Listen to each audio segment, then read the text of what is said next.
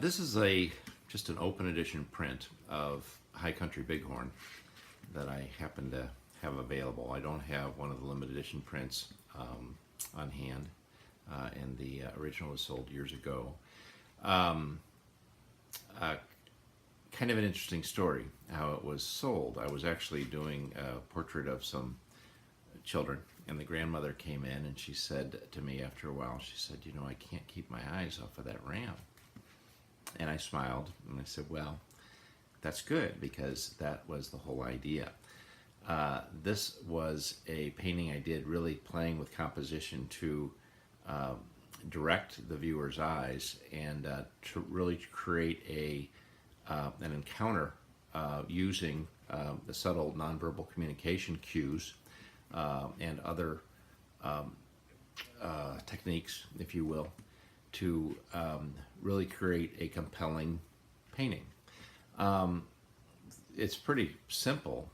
Really, what we have here is, if you'll notice, it's a square composition. I placed the eye of the ram directly in the middle of the composition, and then I used the curl of the horn to pull that spiral to pull the viewer's eyes directly in. And again, you've heard me say where I normally would assume that the viewer would move from left to right. Well, no, not always. And here's a perfect example where you use the structures in the painting to direct the viewer's eyes.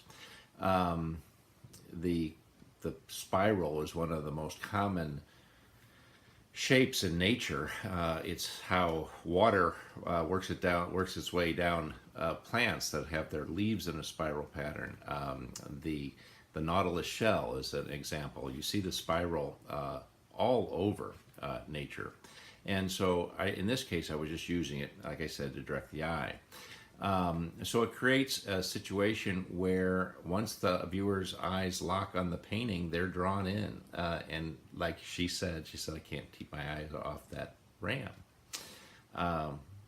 Great, I was successful. There's not a whole lot else to say here. I mean, the paint, the rocks here were really just put there to balance the painting. You can see the thickness of the neck.